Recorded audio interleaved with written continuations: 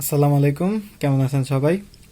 আজকে আপনাদেরকে অস্থির একটা ব্যাটারির সাথে পরিচয় করে দিব। এটা হচ্ছে আইফ্লাইটের ফুলসেন 4 সেলের 4000 mAh ব্যাটারি।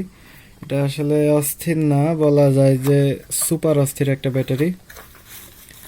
ভিতরে এই ব্যাটারিটা আছে, তো এটা এই যে 4000 mAh লেখা আছে।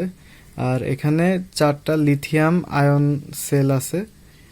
সেলগুলো হচ্ছে এই যে এই মডেলটা আয়নার সামথিং, এটা হচ্ছে স্যামসাং এর সেল। তো এরা কিন্তু যে ক্যাপাসিটিটা লেখে ভোগাস হয় না, যা ক্লেম করা হয়েছে তাই দিবে আশা করা যায়। তো 40টি হচ্ছে এখানে আমরা যদি একটা নির্দিষ্ট টেম্পারেচারকে বজায় রাখতে পারি তাহলে আমরা একাধারে 40 অ্যাম্পিয়ার পর্যন্ত ড্র করতে পারবো। এখানে কেবল হিসেবে 16 AWG 16 AWG ওয়্যার ইউজ করা হয়েছে। সুন্দর একটি XT60, এটা সম্ভবত এমাসের, হ্যাঁ এমাসের XT60 কানেক্টর ইউজ করা হয়েছে। আছে ব্যালেন্সিং লিড। তো ওজনেও বেশ হালকা। আমি যদি কম্পেয়ার করি যে বাজারের ট্র্যাডিশনাল যে লিথিয়াম পলি ব্যাটারিগুলো, লিপো ব্যাটারিগুলো পাওয়া যায়, তার থেকে এটা তুলনামূলক চার্জ ডেন্সিটি অনেক হাই, ওজনও অনেক কম।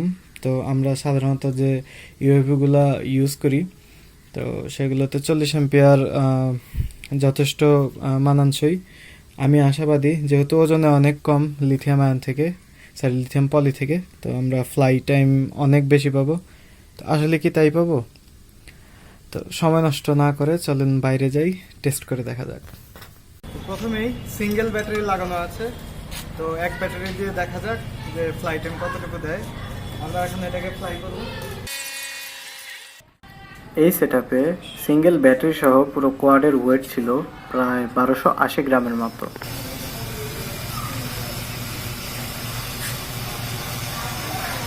আমরা এটাকে লয়টার মোডে রেখে দিব। এখন লয়টার মোডে আছে,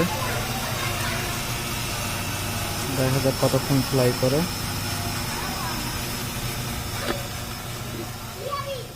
ফুল ভিডিওটা অনেক লেন্থি হয়ে যাবে, তাই ফাস্ট ফরওয়ার্ড করে দেওয়া আছে। ভিডিও ডিসক্রিপশনে এই ফুল লেন্থের ভিডিওর লিঙ্ক দেওয়া আছে, আপনারা যদি চান দেখে নিতে পারেন। এই ব্যাটারিগুলোর আরেকটা বৈশিষ্ট্য হচ্ছে এদের মিনিমাম ডিসচার্জ ভোল্টেজ ট্রেডিশনাল যে লিপো ব্যাটারিগুলো আছে তাদের থেকে একটু আলাদা। সাধারণত লিপো ব্যাটারিগুলো সর্বোচ্চ 4.2 ভোল্ট এবং সর্বনিম্ন 3.7 ভোল্ট হয়ে থাকে। অনেকে 3.5 ভোল্ট পর্যন্ত ডিসচার্জ করেন। আর এই ব্যাটারিগুলো হচ্ছে সর্বোচ্চ 4.2 ভোল্ট এবং সর্বনিম্ন 2.5 ভোল্ট পর্যন্ত সেফলি ডিসচার্জ করা যায়।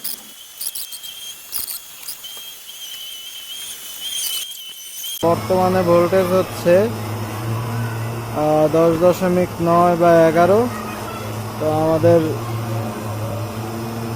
আর কিছুক্ষণের মধ্যেই ল্যান্ড করে দেওয়া উচিত। যদিও 10 ভোল্ট পর্যন্ত এটাকে ড্র করা যায়, কিন্তু ফর সেফটি পারপোজ আর ব্যাটারির লেঞ্জিবিলিটি বাড়ানোর জন্য আমরা ওই স্ট্রেস লেভেলে নিয়ে যাব না। তো 10.5-এ নেমে আসছে, আমি এখনই ল্যান্ড করে দিচ্ছি এটাকে।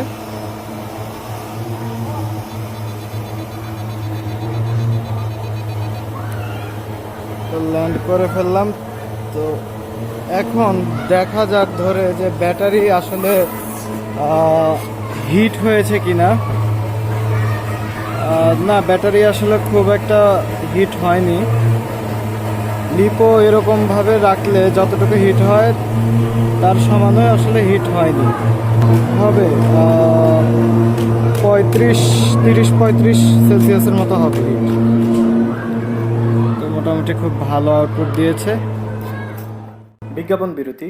বর্তমানে এই ব্যাটারিগুলো আমাদের স্টকে অ্যাভেলেবেল আছে। ভিডিও ডিসক্রিপশনে দারাজ স্টোর লিঙ্ক এবং ফেসবুক পেজ লিঙ্ক দেওয়া আছে। এখন দুইটা আইফ্লাইট ব্যাটারি লাগানো আছে, তো দেখা যাক দুইটা দিয়ে ফ্লাই টাইম কতক্ষণ দেয়। এখানে দুইটি ব্যাটারি সহ পুরো কোয়াডটির ওয়েট হয়েছিল প্রায় 1570 গ্রামের মতো।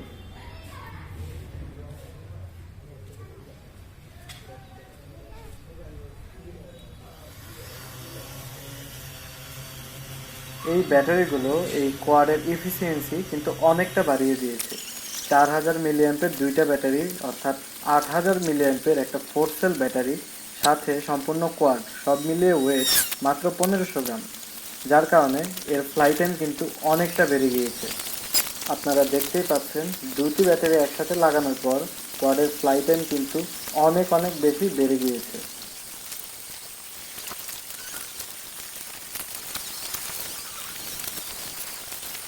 এখন ল্যান্ড করতে হবে, অলমোস্ট শেষ হয়ে আসছে।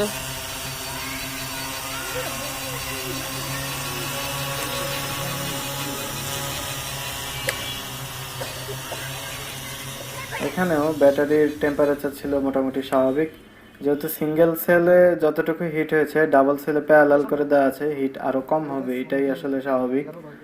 তো ভিডিওটি প্রায় শেষের দিকে, ধন্যবাদ সবাইকে এতক্ষণ সময় ধরে দেখার জন্য। তো দেখা হবে পরবর্তী কোনো ভিডিওতে, ততদিন ভালো থাকবেন, সুস্থ থাকবেন, আল্লাহ হাফেজ।